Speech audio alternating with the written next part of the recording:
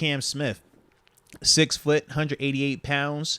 Like I said, junior out of South Carolina. He had 27 tackles, 1 pick this season, 5 PBUs. Now, I will say this.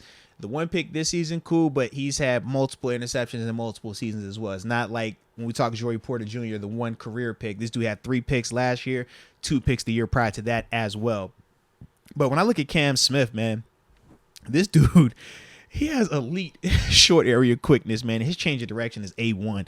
I love his footwork. You talk about his feet, man, lightning.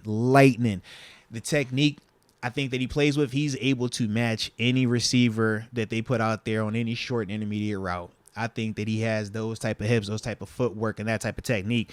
Plays with a ton of confidence, too, when you're talking about attacking the ball at the catch point.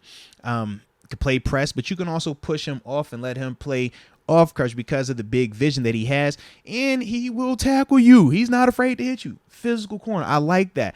Honestly, he reminds me a lot of Cam Sutton.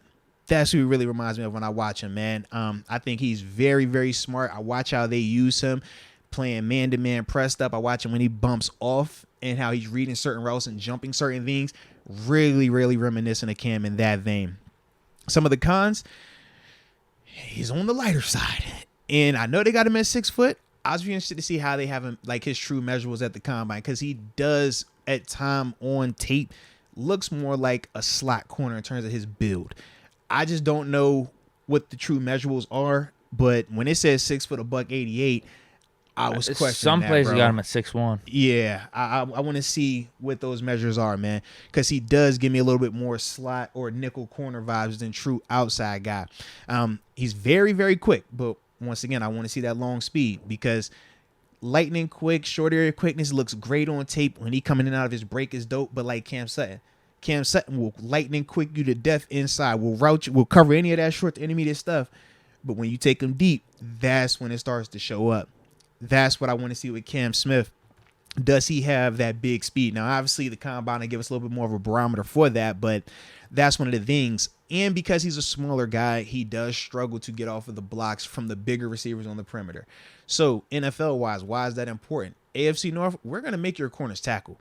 And teams are going to make our corners tackle. So when they're not able to get off them blocks from the number 1 receivers or those bigger body receivers, now that running back is getting on that second level a lot easier. Or you get the alternative of, hey, we're just going to send that big running back to that corner right there who's a little bit undersized. So that's one of the things, like I said, that just something to be a little bit more aware of. And because of the smaller frame versus true bona fide wide receiver ones, they go up and get that ball, the contest, the 50-50s. Can he jump with them dudes? Because he's not a 6'2", 6'3" type corner. He looks a little bit compressed and lean. We'll see, can he compete with for example, a George Pickens when he goes up? Can you jump with a guy like that? You know what I'm saying? Like, those are the type of dudes that I want to see because that's what you're going to deal with. And I think the big question mark is, are you truly a cornerback 1 or are you just a high-end number 2 / slot guy like how we look at Cam Sutton?